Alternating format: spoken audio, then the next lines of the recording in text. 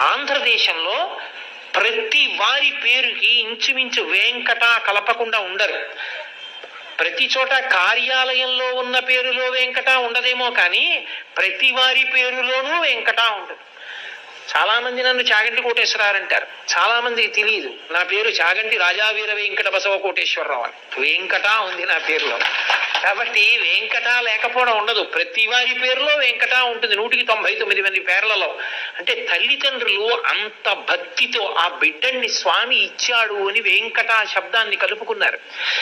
మా ఇంట్లో వెంకట అండి మా ముత్తాత గారికి ఉంది, మా తాతగారికి ఉంది, మా నాన్నగారికి ఉంది, నాకుంది. వెంకట శబ్దం అంత గొప్పది.